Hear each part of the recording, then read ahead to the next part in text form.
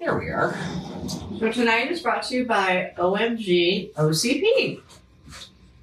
Oatmeal cream pies, folks. They're amazing. They're down on the 17th Street Farmers Market. And no, that was not a paid endorsement, so... I'm just eating one because I have one. Because why not? They're tasty. They're very tasty. But I hope everybody's doing well. You will, if you watched a couple weeks ago, you notice we're back in our normal environment, so to speak. Back at Hunts of Richmond headquarters.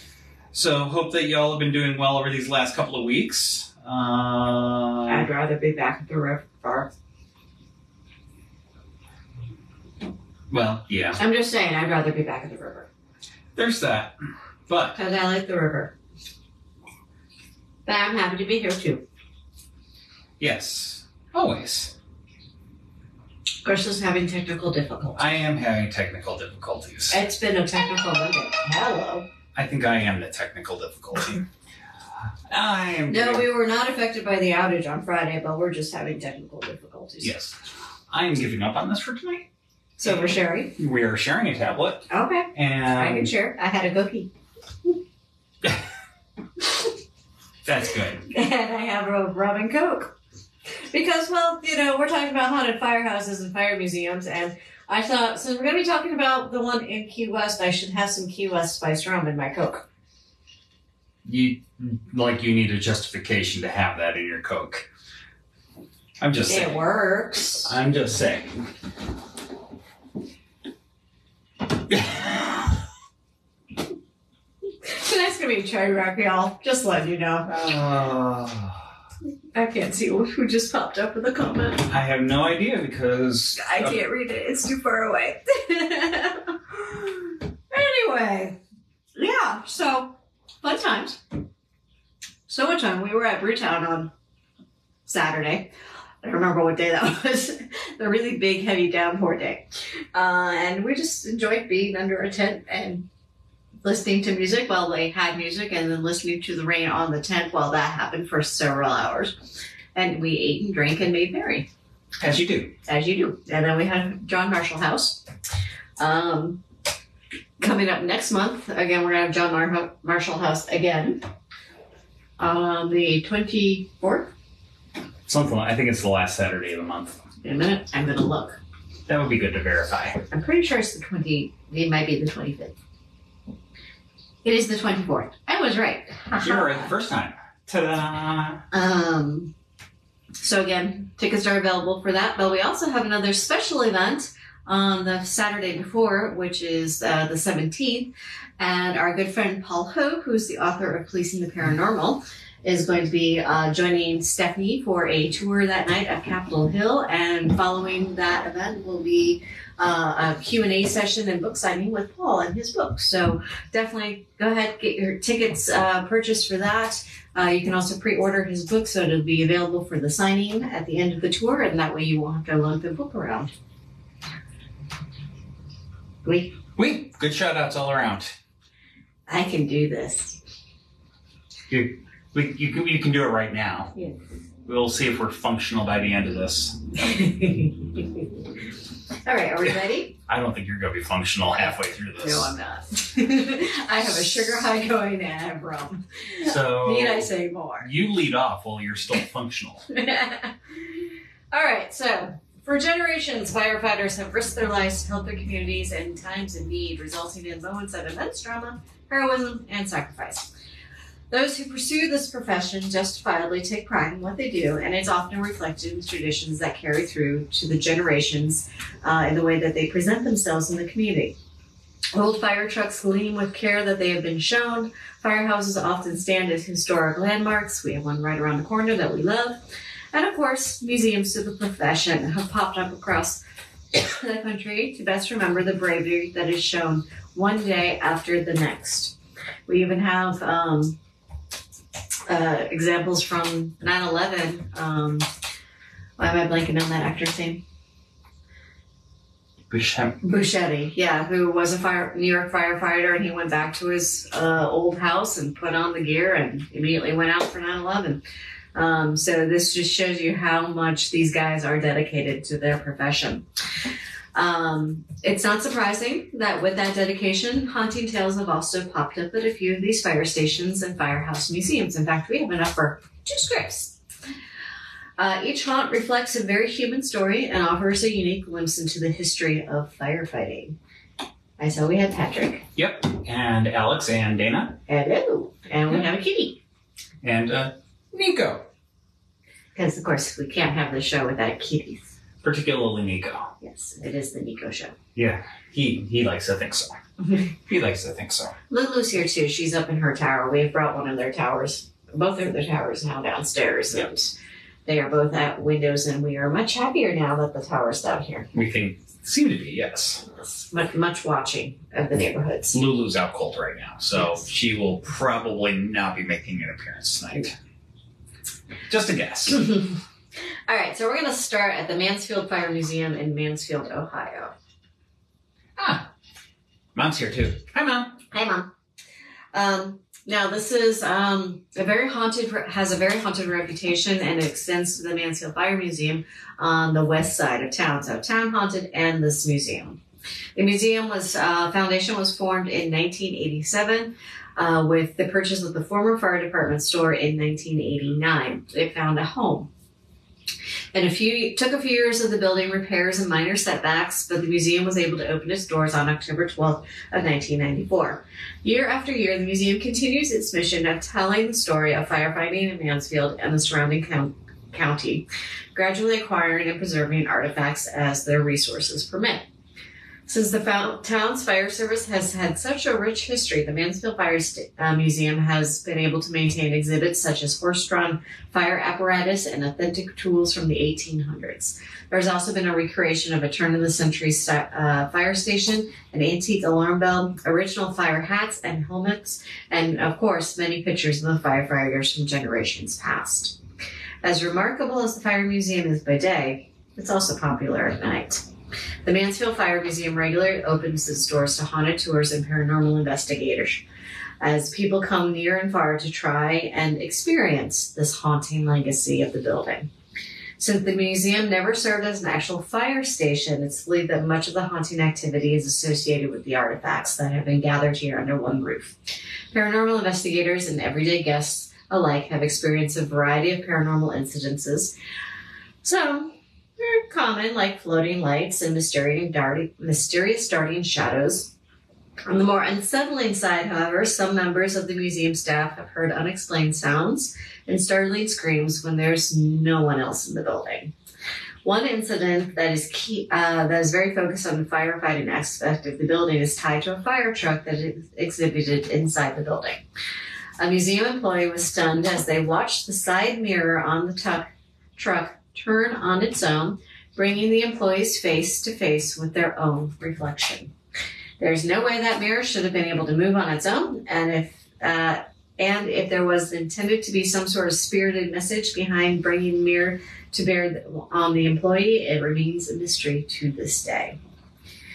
Finally, amongst the odds and ends that have found their way into the museum is a coffin that was once used at the Ohio State Reformatory.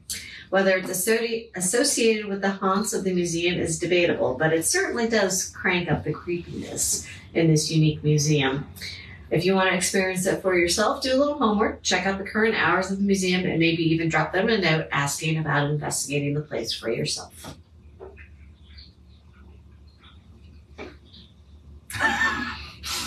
He's quite happy. He is. He's quite a loud purr. I don't know if you guys can hear this, but yeah. Purring like a beast. Yeah. So, our next stop is heading south to the state of Florida, where we will drop in on Fort Lauderdale and their Fire and Safety Museum. Before it became an attraction, the Fort Lauderdale Fire and Safety Museum was an active fire station that had served the community for about 70 years. In 1998, Fort Lauderdale Fire Rescue began making plans to replace fire stations 2 and 8 along with their headquarters, facilities that the city had outgrown. The idea was for the new large facility to reflect the modern needs of Fort Lauderdale, and it came to fruition with the dedication of new Station 2 and headquarters in 2004. As for the facilities that were decommissioned, Station 8 stood out as particularly special in the hearts of firefighters and the community alike. Originally Fort Lauderdale Fire Department Station 3, affectionately known as West Side Fire Station, city commissioners ordered the construction of the facility back in 1927. This was in the wake of the 1926 hurricane that destroyed much of Fort Lauderdale, and the city commissioners felt the need to make a statement that the city was alive and thriving. So they hired Francis Ambro, the famed architect who was designing mansions in the city, to create a station of exceptional design and beauty. Ambro designed a one-story building that would be sized and styled to blend with the surrounding Sailboat Bend neighborhood. Featuring a Cuban farmhouse style with Mediterranean accents, the new firehouse will be an architectural gem. A Spanish tile roof, stone columns, a Cuban floor tile, crown molding, a fireplace, and an inlaid tile fountain were just a few of the eye-catching features on what was then a cutting-edge facility. And if you're thinking that perhaps the fountain might be a touch too much, know that it was intended to be used as a watering trough for the horses and mules that were pulling wagon loads of produce to the ships at the nearby New River freight docks. So it was functional. Yeah. Now back to the modern era. While new Station 2 and headquarters was under construction, firefighters began talking about repurposing historic Station 3 into a fire museum and safety learning center. Great idea, right? Well, unfortunately, the city knew it would be closing the station and discontinued maintaining the facility. Undeterred, active and retired firefighters and civilians started working to make the fire museum happen. The city wanted a proposal, a business plan, and financial projections. The volunteers created the documents, and on December 20th, 2005, a 50-year lease was signed with the city, creating the Fort Lauderdale Fire and Safety Museum. First thing, the new museum needed to make up for several years of neglect as the roof, electrical, HVAC, plumbing, and more either needed to be completely rebuilt or replaced. Fortunately, the community responded by donating time, materials, and money, not only returning the facility to serviceable condition, but restoring it to its original 1920s era ambiance. Once the fire station looked good as new, it was time to create a fire museum and safety learning center. The museum tells the major stories of Fort Lauderdale's firefighters from 1912 to the present, and the Safety Learning Center teaches children and adults fire safety and other safety preparedness courses. One thing that may not have made the museum's business plan and financial projections, though, were the experiences of some of the firefighters that served in the station before its decommissioning. Firefighters assigned there reported a range of eerie happenings, from spectral figures spotted in hallways to weird sets of eyes peeking through the station windows late at night. Since becoming a museum, some of the staff have reported seeing lights turn on and off on their own, and seeing locked doors and windows suddenly swing open. But the main entity reported in so many stories is that of a large man, believed to be a former firefighter, Robert Leland Knight. On December 27, 1940, the headline of the Fort Lauderdale Daily News read, "Local Firemen Electrocuted During Storm." After a night of wind and heavy rain, Knight was responding to an apartment fire. It was only his second week on the job, and the station was not yet able to acquire protective boots that would fit the large firefighter who stood at over 6 feet tall. Knight had the tragic bad luck of stepping off the back of the fire truck into a pool of water that was energized by a fallen electrical wire. While Knight's official service to the fire department came to a tragic end on that late December morning, it seems his spirit might not have been ready to quit. Firefighters at the station reported seeing Knight's ghost charging through rooms, sweeping items off of tables, and peering through windows. He carries on in the museum by playing ghostly pranks on museum visitors. It's unknown when Knight's ghost made its first appearance, but Robert Leland Knight was the first firefighter in Fort Lauderdale to die in the line of duty, adding an extra little bit of notoriety to his haunting the station adding a little bit of extra notoriety to his haunting of the station-turned-museum. In what might be another related series of experiences, some firefighters that served in the station after Knight's passing reported feeling strong, unexplainable tingles in their legs while relaxing at the station, as if they were being electrocuted. So, if you find yourself in Fort Lauderdale and in need of a break from the beach, take a trip over to the Fort Lauderdale Fire and Safety Museum for a unique glimpse of the city's history, along with some possible haunts. Is that a question? Okay, you can hear the sirens. Okay. Our neighbors are going out for a call. On theme for tonight, yep. Yeah. We do have our neighbors at the fire station right around the corner, and it was pointed out to me not 2 hours before we went live that I should have gone over and actually talked to them before going ahead and finishing the script for this episode. Shame on me. Oh, I mean, we have talked about haunted fire stations, specifically the ones in Hawaii, where they have the choking ghosts. So, but we have not asked our fire station if they have any haunts, but they have some really cool antique fire trucks in there. Yeah, it's station number 1. Yep. Right. So it's here, Richmond's Churchill neighborhood at the corner of 24th and Broad Streets. So if you haven't gone to see them, do go check them out. They do like showing off their antique stuff. Yeah. And talking with neighbors and anybody who drops by. Yeah. And quite often, not always, but quite often, the doors of the station are wide open, and there's usually at least one of them sitting out front, just hanging out. Yep. So they are very personable, and if you go up and strike up a conversation, they will be happy to chat with you, and again, show off what they got. Yep. All right, so we're going to go west. We're going to head out to Denver Firefighters Museum in Denver, Colorado. Now, the Denver Fire Department was formed in 1866 after a devastating fire burned down the neighborhood that is now referred to as Lower Downtown, or Lodo, among the locals.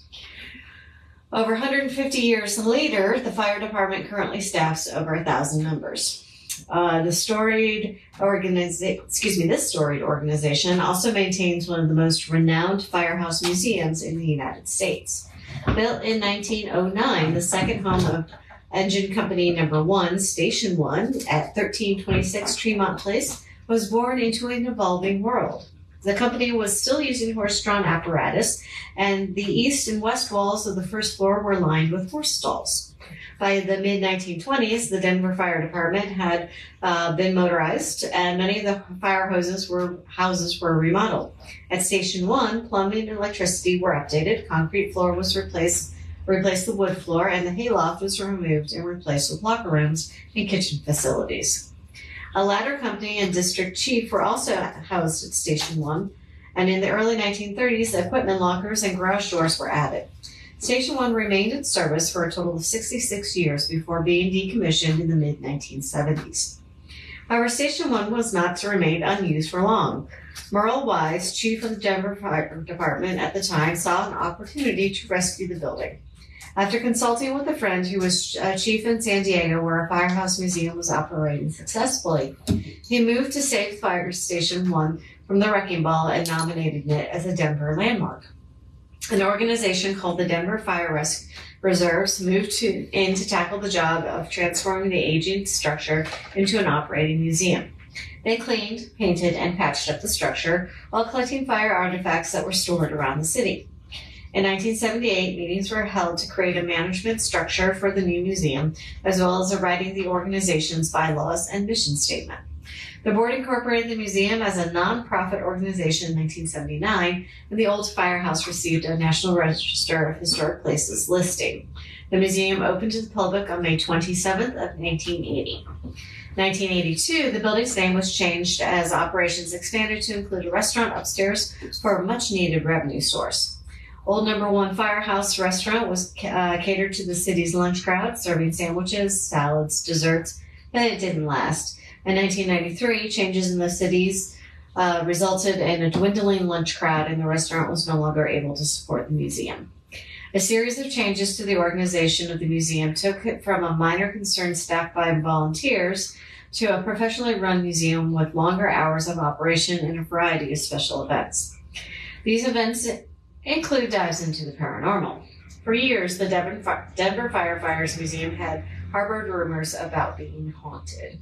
According to local lore, spirits of 2 young men, Caleb and Tom, are said to be responsible for disembodied footsteps and laughter late at night visitors to the museum were sometimes experiencing. Many of these people also report the unsettling feeling of being watched while they participate in the occasional investigations that are hosted at the museum. A variety of paranormal accounts have been collected at the museum over the years from both museum staff and paranormal investigators. In 2016, a book titled Number One, The History and Hauntings of the Denver Firefighters Museum was written by Ann Alexander Leggett and Jordan Alexander Leggett. We have a couple of brief excerpts from these publications to share. One evening, the authors were walking with the paranormal investigation group at the museum, and things got off to a quick start. While they were setting up their equipment on the second floor, members of the group immediately heard the words "remember" and "disaster" using a spirit box. They were directly across from the 9/11 memorial and the museum that the museum had on display, including a twisted girder from the Twin Towers. On this particular night, the investigation team included someone with close ties to that tragic day, and he was about to have a chilling moment. He was standing near the 9/11 memorial when he noticed a beam of light falling on the list of victims. The sunlight illuminated his cousin's name, who had lost his life with the collapse of the second tower. Just after noticing his cousin's name, the sun set and the room went dark. He could claim this is a coincidence, but significant coincidence. It would definitely be for this one name to be highlighted out of the thousands. And it's just a family member was standing nearby. However, that wasn't the only thing. An investigator raced into the room just a moment later. A video recording of the memorial showed that shortly after the sunset, a glowing orb emerged from the wall a few feet from where the group had been standing looking at the list of names. It moved into a triangular pattern, purposely turning back towards the list of names, almost as if saying hello. Another story, it seems that the spirits and the living had competing goals. A previous director of the museum recalled how they tried to insulate the basement windows to fend off the cold for employees that worked down there. The single pane windows of the century had a habit of letting in cold air into the staff offices. Unfortunately for the director, someone was taking the insulation out of the windows shortly after she had put it in. Hi, sir. Do my nails smell interesting? You just want to don't bite me. Rude. So it was not the staff members. Why would they want a cold office? And it was also unlikely to be falling on its own as the insulation was wedged tightly against the window frame. The staff tried multiple times to insulate the window, but every time they did, the insulation would be moved. Scientists eventually got involved, and they think they uncovered the culprit. When the fire department still had horse-drawn equipment, they needed a horsekeeper to care for the animals. The psychic said that Thomas, the last horsekeeper before the motorized engines came in, still inhabited his beloved firehouse and that he was looking for his horses. The window was situated right below where the horses were kept when they were out of their stalls. The director posted photos of the horses inside the layer of insulation, and it never fell again.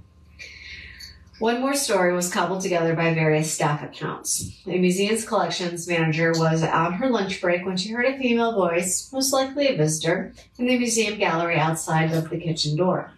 The visitor was walking by the kitchen with distinct footfalls on the wood. The collections managers waited until the visitor had passed before exiting the kitchen and going to the staff restroom. She noticed that no one was on the gallery as she walked through it. While the collection manager was confused, she continued with her lunch break. She returned to the kitchen expecting to begin her meal, but she realized the power was out in the room. All the staff knew the kitchen power sometimes went out when the air conditioner and microwave ran at the same time. But the collection managers checked, the AC was never turned on, and before she could figure out what happened, suddenly there was an uncomfortably loud alarm going off throughout the entire building. The manager went to investigate and ended up at the breaker box where she flipped the switch to restore power to the kitchen, and the mystery alarm stopped. Little did the staff know that the alarm had triggered an alert with the emergency dispatch. Firefighters from the current Station 1 showed up shortly after thinking that there was an emergency. While there was no emergency, they were also confused as to why an alarm went off. The crew checked the alarm box. Nothing had tripped. There was no signs of any fire or emergency in their sweep of the building. To add perplexity to this situation, right before the alarm went off, the museum educator was in the basement going about her work. She thought she heard a woman's voice around the corner, and immediately after her voice went quiet, the alarm started blaring. The educator looked around the corner and found no one there. A possible explanation for this event? East Denver was settled long before the building was built in 1909. Paranormal investigators had a psychic named Kim remotely listening as they explored the museum in March of 2015. Kim felt the presence of a female settler named Quiglin, loudly fretting about Native American raids where her family unfortunately perished. According to Kim, Quiglin didn't see the museum, but her home, which was here before the fire station. And Mrs. Quiglin is one of the only female presidents distinctly heard in this building. She seems to have moved into, perhaps unintentionally, as the latest chapter of her afterlife. Some spirits are attached to the land. Yep, we've talked about this. My turn? Your turn. We're going to stay in Colorado, though. My bottle's empty. But your glass is not. My glass is almost full, yes. It's a special bottle. It is. In case you're wondering, he's drinking Into the Maelstrom from Richmond. It's tasty. It's dark and it's dangerous. It's imperial stout aged in port wine barrels. It's dark and it's dangerous. Hence, Into the Maelstrom. Yes, full glasses are good glasses. Hey, cheers to that.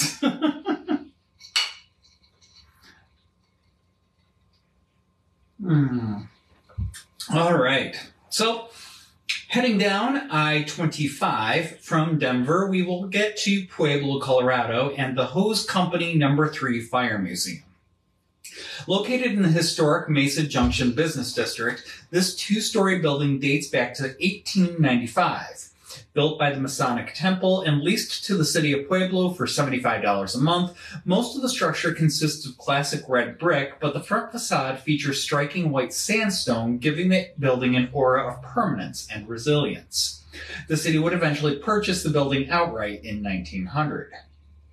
The first floor consisted of 2 stalls for the horses, room for the hose cart, and the bottom half of the hose drying tower. The second floor consisted of a sleeping room, sitting room with 4 lockers, a bathroom, and a feeding room for storing hay for the horses. A funny detail about the horses, when they were inside the building, they would stick their head through the window and lick the limestone bottom of the window housing. I guess it tastes good. In the early 1990s, the city paid to have the window housing repaired, thinking that they had been damaged by water erosion. Well, technically, yes. Yeah. When in fact, it was just where the horses had left their mark almost a century prior. Again, technically, yes. Technically, yes. When the horse-drawn era came to an end for Pueblo in 1915, the hayloft was converted into a kitchen, though the equipment to lift hay into the loft was left in place and remains in the museum to this day. Other original details in the museum include the original brass pole from the bedroom to the first floor and the rear door that allowed equipment to be driven through the station, even though it has since been sealed shut. It is still intact from the bedroom down. The rear door has... skipping that. That was a typo on my part. So, back door sealed shut, but still there. Original door. Anyways... The fire station served the city of Pueblo until March 9, 1979, at 7 a.m., when the current Fire Station 3 was opened 2 blocks away. The last call in the firehouse came at 4:18 a.m., just hours before its closure. For the next 10 years, the building was used for storage by the Pueblo Fire Department. In the fall of 1989, George Gaussenbauer, a local businessman and firefighter fan, opened a museum in the old Hose Company No. 3 Firehouse. He mixed his personal collection with city-owned property and ran the museum until 1992 when he decided to close. It remained as is until 2002 when several firefighters started to inventory the contents of the museum. Fire Inspector Gary Michelli spearheaded the effort to preserve the artifacts, and he also started giving tours to small groups and individuals. Michelli also worked to recruit other firefighters to the cause. Since that time, the building has been designated a Pueblo Historical Landmark and is protected from demolition and major alterations. In 2005, the Pueblo Firefighters Historical Society made an agreement with the city to take control of the artifacts and pictures in the building to go along with the trucks and hose carts owned by the Historical Society. Major restoration work started in 2008 with a $10,000 grant from the Colorado Historical Society. Work continues to this day, slowly but surely, and this will help preserve the heritage and artifacts of the Pueblo firefighters and the Pueblo Fire Department. Aside from its historic heritage, Hose Company No. 3 Fire Museum is visited by paranormal investigators from near and far. Stories of hauntings stem back to at least the 1930s. Generations of firefighters shared lore about a handprint that would appear on the window at the top of the stairs. They would wash the window, getting rid of the handprint, but it would reappear within hours. They thought it was a prank, but this went on for months. They even went so far as to replace the window, thinking that there was some kind of defect when it was manufactured. But the story goes that the handprint reappeared on the new window, though less and less frequently, and quit altogether a year or so later. The firefighters felt it was appropriate that their memorial to firefighters who fell in the line of duty was mounted on the wall just to the left of the handprint window. Another weird, but perhaps not paranormal event happened in the early 1960s. One morning about 3 a.m., as the firemen slept upstairs, the 1960 Seagraves truck started itself up, ran through the door, and out onto the street. Ghost driver. Yeah, they feared the truck was left in first gear, and although it had been several hours since the truck had been running, the magneto must have held a charge that discharged, starting the truck and driving it 20 feet into the street. Or maybe a resident spirit tried to go out on a joyride. Joyride. We're going to go with joyride. Joyride. Speaking of which, much more recently, in 2006, firefighters were preparing for the annual Firefighters Banquet. Several items were being transported from the museum to the Union Depot where the banquet was being held. It was about 10:30 in the morning on a gorgeous spring day. One of the items to be displayed was the Orman hose cart. In order to get the hose cart out, the Chief's Model T car needed to be moved. It was hard to start, being converted to a power start, but the battery was low. Once they got it started, they drove out of the station, up Broadway Avenue, turned left at Evans Avenue, and up half a block to the entrance of the parking lot behind the museum, the Masons Hall, and the Davis Mortuary building. The Model T was driven to the end of the parking lot next to the alley and pulled around to face back out. It was left idling to charge the battery. One of the firefighters backed a flatbed truck into the truck doorway of the fire station to make it easy to roll the hose cart onto it. As they prepared to load the cart, one firefighter said he saw a flash of red before there was a terrible crash. The flatbed trailer jolted violently, startling the 3 firefighters. A couple living in the apartments on Evans Street stated that they saw the Model T car take off. Their van was parked at the far end of the lot next to the apartments. The Model T was headed straight for the van. The woman said she thought someone was driving the car with a remote control because they could see that no one was in the driver's seat. When the woman exclaimed, "That's going to hit our van," and she later said at that precise moment the car turned sharply to the right. Between the entrance to the parking lot and the Davis Mortuary building were a half-dozen headstones set up near the curb on Evans. There was a gap of about 6 feet in between the line of headstones in the building. The car traveled straight through the narrow gap and continued down the curb and onto Evans Avenue. It then turned straight onto Evans and went another 20 feet before suddenly turning right onto Broadway, running the stop sign. Back at the fire station, one of the firefighters had his truck attached to the flatbed trailer just inside the station. Witnesses across the street at Broadway Tavern said they noticed the Model T driving down Broadway relatively straight until it turned back towards the driveway of the station. The Model T crashed into the front end of the flatbed trailer, doing close to 20 miles an hour, going back into the station. It touched nothing else on its long journey, but was within 5 feet of getting back into the station. It did extensive damage to the Model T's front end, puncturing the radiator, breaking a headlight, and damaging the engine cowling. and bending the steering framework. The damage has since been repaired and the Model T restored to fine condition. This solidified the spooky reputation of the building with the modern firefighters associated with the museum, so much so that professionals were called in. The ghost hunting team from ARC Paranormal was the first paranormal group to visit the museum.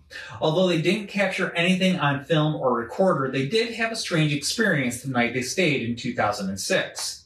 They were leaving to get some coffee at about 10:30 that night when they exited the museum through the small door to the alley. They had already locked the deadbolt and wondered if they left the digital recorder running. When one of them tried to put the key in, he said it felt like someone was trying to push it back out. He finally got the key in, heard the deadbolt unlatch inside the door, but he couldn't push the door open. He tried harder and said it felt He felt give in the metal door, but it was like someone was pushing the door shut from the inside. He reinserted the key with some difficulty again, wondering if the lock was still engaged. He heard it re-engage, then disengage, but the door still wouldn't open. They locked the door again and decided to go get that coffee. When they returned, the key went in with no problem and the door opened as it should, and nothing else remarkable occurred. The second paranormal team was the Boulder County Paranormal Group, headed by a firefighter from Boulder, Richard Estep. He and his team spent the night in the museum, and an article was written in the Pueblo Chieftain about their visit and the museum being haunted. They started out by taking readings with an EMF reader and got readings in the northwest corner of the building by the fire pole, despite there being no running electricity in that part of the building. The readings in that corner were even higher than readings taken along the east side of the building in close proximity to electric lines adjacent to that wall of the building. In the sleeping quarters on the second floor, also in the northwest corner, they recorded a 10-degree temperature drop that lasted for a couple of minutes. When the team laid down for the night, it seems that one of the resident spirits got up for a walk. After an hour in bed, they heard footsteps at the base of the stairs, and one of the members heard breathing by the fire pole upstairs. A few years later, in 2009, a visitor to an open house had a strange occurrence with her camera. She was a friend of a Pueblo police officer whose father spent over 30 years on the Pueblo Fire Department.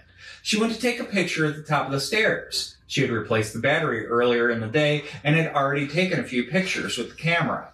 When she tried to snap the picture, the camera told her that the memory card was full. She checked to see how many pictures she had taken, and it showed just 7 pictures on a 4-megabyte card in the camera.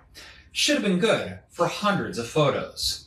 When she switched the camera back to take a picture, it showed the memory card full again, then it shut itself off. She thought maybe the camera had been turned on and had been left on and went downstairs to her car to change the batteries. She decided to check the battery strength when she got in her car before she changed them out, and it showed that the batteries were full. And it was working like it was supposed to. She even snapped a couple of pictures down on the street just to make sure. She grabbed the extra batteries anyway, and when she returned to the top of the stairs to take a picture, the camera again shut off 3 different times. Even though the batteries had just registered as full, she replaced them anyways. This time the camera worked fine, so maybe it was in fact something with some faulty batteries, or perhaps something in the area around where the sleeping quarters were, was trying to express their opinion about taking pictures there. In any case, it was added to the long list of mysterious happenings at Host Company No. 3 Fire Museum. And if you do want to hear a little more about this particular location, you can go ahead and tune into Season 1, Episode 4 of The Haunted Collector, which aired originally back in June of 2011. Guess where we're going. You got the luck of the draw. That's what I'm trying to say. Luck of the draw. We're going to Key West. We're going to Key West because we love Key West. We do. And we have some good friends down there. Yes. And the last time we were down there, they were just setting this up as the museum, and we haven't been there yet. It's on our list the next time we go. So, It's a little extra special, as we said, because these stories actually came from David Sloan, who's a good friend of ours. He is the one who truly dove into the history and the haunted history back in the 1990s in Key West. So, before we really dive into the stories, Questions? one question. So, have we ever personally experienced camera issues during an investigation or event? I have had some camera issues down at the Poe Museum, and when I was out at Evergreen Cemetery, I had batteries drain a couple of times. So yeah, I have had that happen to me. I don't think I personally have. We know a lot of people who have had issues all over the place. Yeah, when we've been together, the only camera issues we've had is because it's been too cold. And the mechanics of the camera were like, yeah, no. Yeah, I know, like our friends at CPRI, they do so many investigations throughout the year, so many different locations. Very scientifically oriented. They're pretty darn good about making sure that they got full batteries and all that good stuff before they go in somewhere. And they have had a few occasions where battery issues have cropped up on them. So, yeah. All right, any other questions? That was the main one? The main one, I think. Okay, cool. All right, so since the 1990s, David has written several books, spearheading a number of spooky projects. He is the primary doll tender to Robert the Doll. We've talked about him before. And, of course, he's considered a leading authority of haunted things in Key West. So his recent project was cataloging the spooky side of the historic Alex Vega Key West Firehouse Museum. Built in 1907 and named Fire Station Number 3, it is located at the corner of Virginia and Grinnell Street at the heart of Key West. It is one of the oldest fire stations in the entire state of Florida. When the station was brand new, there were 12 firemen who worked there, along with about 200 volunteers. The firemen had horse-drawn steamers and hose carriages to put out any fires in the area. Like most older buildings in Key West, this one has seen its share of hurricanes. One of the worst storms to hit was in 1909, destroying the roof of the firehouse. Luckily, none of the men in the building were hurt, but the roof required extensive repairs. Fun fact, 3 male babies born during this hurricane, each one grew up to be a leader at this firehouse as either chief or assistant chief. The firehouse would be motorized in 1917, retiring the horse-drawn steamers. In the years that followed, the firefighters of Station Number 3 reliably and honorably served the people of Key West. The aging facility will eventually be retired in 1998, and it quickly started to deteriorate, resulting in rumors that it was going to be demolished. The idea of demolition was inconceivable to anybody in the city, and retired firefighter Alex Vega decided to step in and try to save the structure. Vega's idea was to turn the historic structure into a museum dedicated to the history of firefighting in Key West. So he spearheaded a massive campaign to preserve the building. Vega told Keys Weekly that they had done a lot of work to bring the station back to what it was. They estimated it's taken over $500,000 to restore the former station, with donations and state grants providing the majority of the funding. Vega added that it helped that everyone wants to slide down the pole. That should have been a fundraiser. Guests at the Firehouse Museum will find antique apparatuses like the early alarm system or the 1929 American La France pumper. Donated in 1998, the pumper honors Fire Chief Richard Wardlow and Watch Commander Frank Vega. Other exhibits include coal pit, horse stall, fire bell, and chief's wall. The wall displays fire chiefs from the 19th century to today. Visitors will also find a memorial piece of steel from the World Trade Center, provided courtesy of the Fire Department of New York. There have been many items in the museum displays, and it attracts thousands each year. The historic memorabilia aren't the only things that attracts tourists and visitors. There are rumors that this building is incredibly haunted, and yet another reason why people like to go see it. People like us. I will let you step in. Oh, okay. Where were we? Right here. Okay. People of all stripes have long had creepy experiences at the Alex Vega Key West Firehouse Museum, with even skeptics having to admit that there was something odd at play in the historic structure. Phantom orbs, full-body apparitions, and moving objects are just some of the paranormal experiences that people have walked away with after a visit. In 2012, 2 teams of paranormal investigators visited to see for themselves, and neither left empty-handed. Both were very much convinced that the place is quite haunted inside and out. Starting outside at the station's Maymay tree, there are graves of some former firefighters who served at the station. When the visitors to the museum have taken photos of the tree, orbs appear in the photographs and some have been seen by the naked eye. There is also a shadow figure that is seen walking into the tree by some. In the feed shed, Chief Chaim Fulford makes his appearances. He came to Key West from the Bahamas as an infant and was chief from 1900 to 1913. Unfortunately, he was severely injured when his horse reared up and overturned the buggy he and his friend were riding in. It was hours before the wreck was found, and he later died that night at the hospital. Chief Chaim always loved the horse at the firehouse, and he returns to the feed shed where he spent many hours taking care of them. He often touches guests on their shoulders. You know it's coming. I'm predictable. Yes, you are. So, speaking of horses, a horse is seen grazing on the property, even though there have not been horses on the property for many years. No, Patrick, you might not want to pet this one. Just saying, you might not. Leave it to your judgment. See what we got here. In the 1990s, Loretta, a longtime neighbor of the firehouse, passed by to see a red colt in the yard when she went out for her daily walks. She asked about the colt when she next saw a crew member of the station and was greeted with a very confused look. Loretta wasn't going to be deterred so easily. She decided to bring a treat on future walks to give the horse should she see the colt again. One day, she saw the colt by the water trough. She held out the treat and tried to coax the colt over. The response was unexpected and terrifying, as the colt looked at her and its eyes turned red. Loretta screamed and the colt disappeared. 10 years later, an archaeology dig was being conducted prior to the opening of the museum. The dig produced many interesting objects, including the skull of a young horse.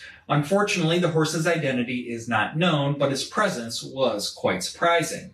In Key West, most horses were buried at sea when they passed away. Moving inside the firehouse, guests can see an old fire truck from Miag City. It is often used in parades, despite its tendency to break down on a fairly regular basis. I always say one of the times we were in Key West for the Christmas parade, Davis told us he was going to be riding on this fire truck. And it broke. And it broke down. So they didn't make the parade. No, sadly. Parade that time. That was one of the Christmas parades. Yes. Which they really know how to throw a Christmas parade. Oh, yes, they do. West. God, I want to go back and see another one. It's a huge celebration. It's not only, they got the parade, and then they also have the bike ride, yeah. which is insane. Insanely long. Everybody decorates their bikes. It is well worth going. It's the first weekend in December. Like, everybody on the island that owns a bike goes on this ride. And a lot of people on Key West own bikes because it's a very convenient way to get around. So, yeah, hundreds, if not thousands of people. I think the tacky light bike ride here in Richmond times 10. Yeah. It's big. Anyways. We digress. So, this fire truck unfortunately has a tendency to break down on that regular basis. That said, within the station, cold chills are felt inside the cab, and disembodied voices can also be heard in and around the vehicle. Several people have been trapped inside the cab as if someone is holding the door shut on them, and a shadow figure has been seen circling around the truck. Lobi is a female spirit who has identified herself within the station. She is seen and heard near the command center desk. She urges children not to play with matches. Good advice. And small objects will disappear in this area and reappear in other places in the museum. There is also a disconnected fire alarm in this area that will sound on its own. When the Fire Museum opened to the public, visitors would often leave curious about some things that they had seen in the building. One visitor who used the restroom said he saw a man in there with him. He was looking at himself in the mirror, but he realized there was, well, a man behind him, standing very closely, in fact. The visitor said, "Can I help you?" The man told him that he was Frank and that he just needed the mirror. The visitor went about his business using the facilities, but when he turned his attention back to the mirror, Frank was gone. Unsettled by Frank's abrupt arrival and departure, the man asked his tour group if they had seen a man that fit the description, and the group members had not. The tour guide, however, simply said, "That's Frank, saying hello." The first time Frank introduced himself was in 2010 to a paranormal investigation team from Miami. They caught him on an EVP saying his name when they asked if anyone was with them. Frank also appeared in the bathroom when a female guest was in there. You can imagine her surprise to see him and demand to know who he was. Again, Frank introduced himself and just stated that he needed to use the mirror. She turned around to confront him, and Frank was gone. She checked the bathroom door, and it was still locked. Frank has an affection for keys. There is a fire alarm key indicator box that disappeared.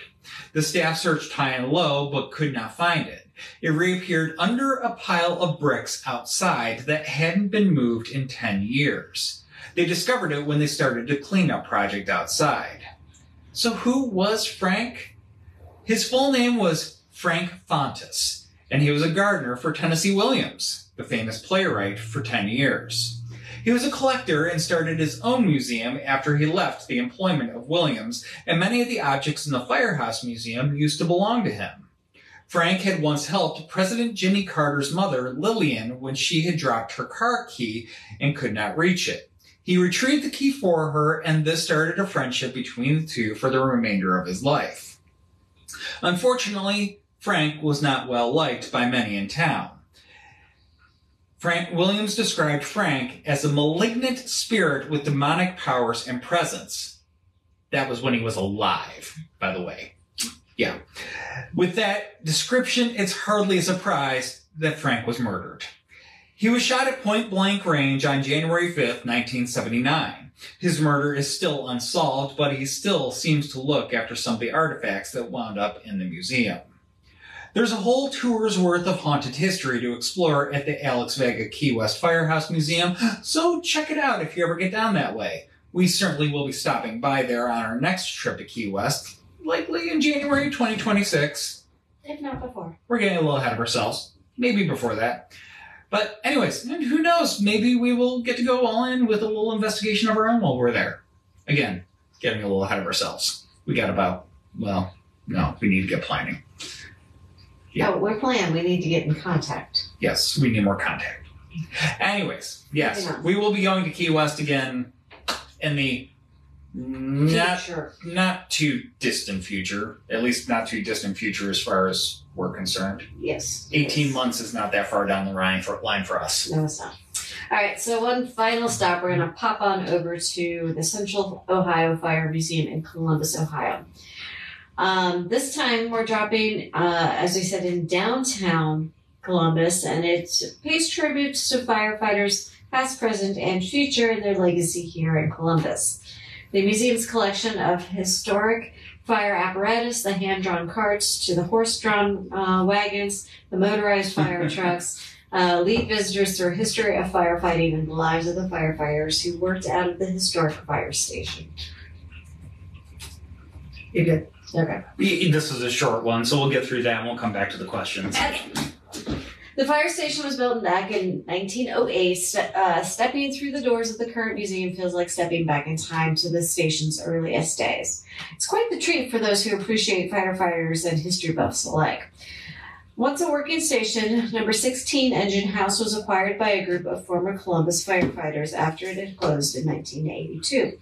The building was placed on the National Register of Historic Places in 1995 after nearly 20 years of work and fundraising opened its doors back to the public as the Central Ohio Fire Museum in October of 2002. The museum hosts about 4,000 visitors each year, and the vast majority being grade school students.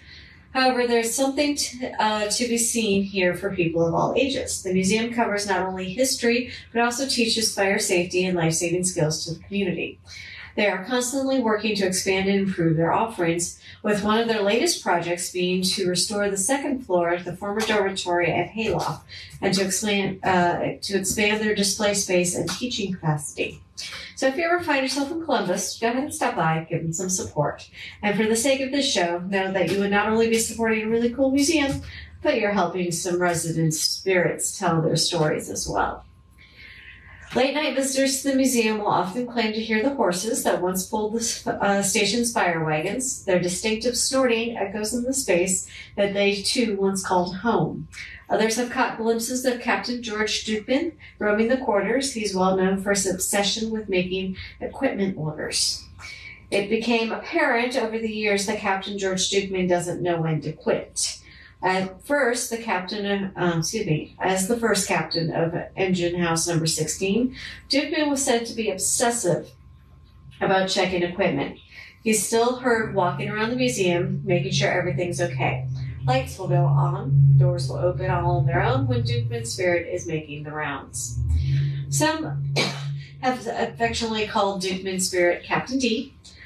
Educator Susan Hundick says that Captain D is particularly fond of making artificial flames pop out of the educational children's materials, and instead of discouraging the activity, Hundick says, he's here, we just accept him. Visitors have also claimed to hear a stern male voice and ghostly singing during tours, and perhaps this is another way Captain D tries to remain engaged with the day-to-day life of the engine house. Ta-da! So that was our last story for the evening. So Beverly asked the question, what is it about haunted bathroom mirrors? Good question. People used to say that spirits would get trapped in mirrors if they weren't covered immediately as somebody was dying or immediately as they died. Alex says that Frank's just a guy that actually just lives in the bathroom. Probably. There could be something to that. But I think that there's also another angle to it. Might be part of the fact that people are just kind of that much more vulnerable in a bathroom. Vulnerable in a bathroom, much more aware in the bathroom? Yeah, I mean, you're supposed to, well, I mean, generally speaking, you're supposed to be alone in a bathroom. And so if you're not, that becomes very apparent very quickly. And y'all wonder why women go to the bathroom in packs. I'm just saying, we have our reasons. Haunted mirrors are one of them. Too many horror movies are another. So, are you quite cozy, sir? Quite cozy. All right, folks. So we are going to be back next week. Yes, only 1 week. 1 week. Next week. And Haunted Objects Part 2. Is it only Part 2? It's Part 2. Okay. Yeah. And, I'm sorry. I'm thinking just how many doll episodes we've done. Oh my God. So no, this is not dolls. No, there are no dolls. No dolls. This is haunted objects. Lots and lots of haunted dolls out there. We've done, what, 3 episodes of that? I think I have a 4th started. Yeah, I know we got the script started for a 4th one. So yeah, I don't think we'll do that anytime soon because that's a lot of dolls. But anyways, and we got a lot of other stuff to cover too. So, I mean, it's not like we're lacking material. No. So let's see. So cannot remember. Have we talked Bloody Mary? Yes. We did talk Bloody Mary, I think, in our first objects. Yeah, let me see. We talked about a lot of mirrors in our first one. There was Bela Lugosi's, there was the captain of the Titanic. There was another one. Yes. And was Bloody Mary actually in our pop culture? Yes, we did it in, let's see, looks like Pop Culture Hauntings back in November of 2020.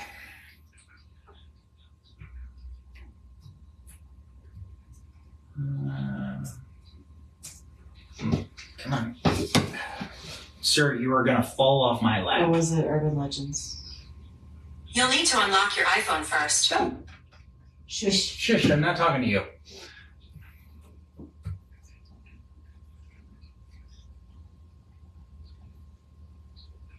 The urban myth of Bloody Mary comes from a real woman with a bloody history. So we did it. It was pop culture. Okay. Pop culture hauntings in November of 2020. So yes, we did talk about Bloody Mary. Sorry, sir.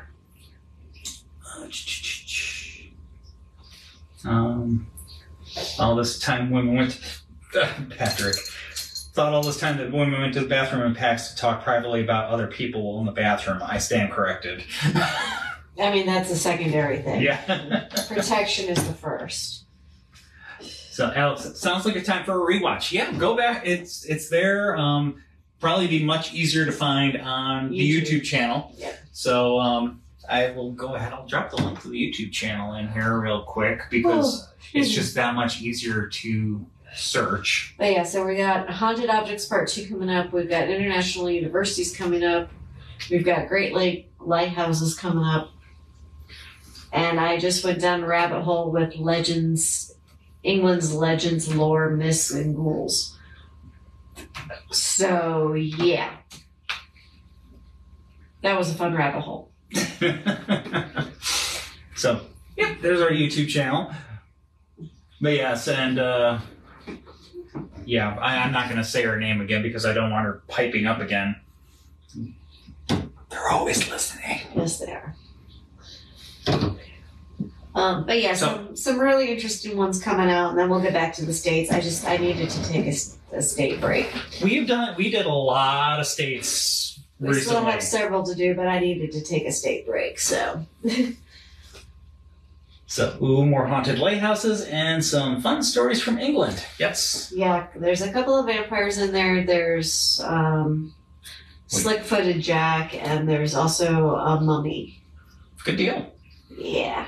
We've done a few, well, I mean, we've touched on quite a few things in England. I still love the fact that we were able to do an entire episode off of the haunted London transport. That was fun. It was a fun episode. I love that one. And the variety of stories. There's so many haunted tube stations. So many stations that are not in use that I want to go explore. Nothing wrong with state break. Absent makes the heart grow fonder. Yes. And yes, yay for a mummy story. Mummies aren't something we've covered in detail. So this started with a haunted Egyptian artifact that was known as the movable mummy.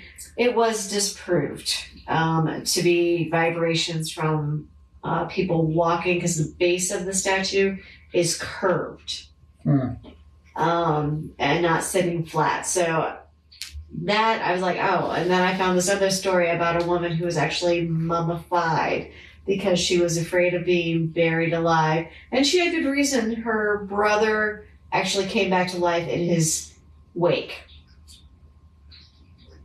Well, at least he got to it before they put him in the ground. Yeah, so anyway, that's just the teaser. It gets more interesting from there. So when are we doing that one? That one is going to be in September. So next week is Haunted Objects. And then I think it's universities, international universities. Ah, yes, because it is that time of year again, isn't it? It is. So that'll be on the 12th. Yep. But still, yeah, back to a 2-week cycle. And then on the 26th, it's going to be haunted lighthouses and haunted Great Lake lighthouses. Ah, so a subset of lighthouses. And we'll be at the river for that one. Ah, perfect. Yeah. And Raven will be with us. Raven will be with us. Yeah. So we will have a live audience. We'll have a live studio audience again. And then on the 9th of September is when we're going to do England's Legends. So cool. And these are long, so I got to pare them down. I got a lot coming I have 4 stories, and it's up to 18,000 words. That's not happening. As I said, I got to pare it down. Yeah. I haven't even looked at that one to edit it. For reference, folks, these episodes that we do that last about 50 minutes plus our chit chat at the beginning and end like this. That's about 7,000 words. Yeah, so that England's Legends one is already 2.5. And that's only 4 stories? It's only 4 stories. As I said, I haven't even like really read through it. I know there's stuff in there I can out. Yeah.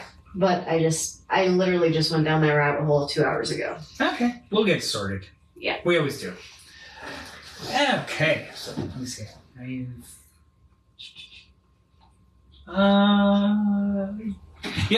No final questions. A few comments. But yeah. Thank you all so much for watching. Again, love to have you all here. Makes it so much fun. So, if you're in Richmond, drive up 25th Street. You'll see the Skelly Olympics are out because the Olympics start Friday. Oh, they with do. The opening ceremonies. Technically, some of the stuff starts on the 24th, like the prelim soccer matches. So, yep. It is Olympic time. So, Tour de France just wrapped up yesterday, and now it's straight into the Olympics. Also in France, in Paris. In Paris. So, watching a lot of stuff out of France. I didn't even think about doing a haunted Paris one. No, too late now. Yeah. We're not changing course at this point. No, we're not. Nope. Because I don't have a script started. No, we do not. Maybe I can find a Paris haunted object that I can throw in. That could work. I'll have to see if I can find that. We shall see. We've talked about the catacombs, I think. We have talked about catacombs. Because we did an episode on catacombs, I think. And we've talked about the Lafayette theory. Yes, we have. So, Sir. you don't get crumbs. All right. Looks like we are being summoned away. We'll see y'all next week. But thanks for watching, and we will see you very soon. Y'all have a good night.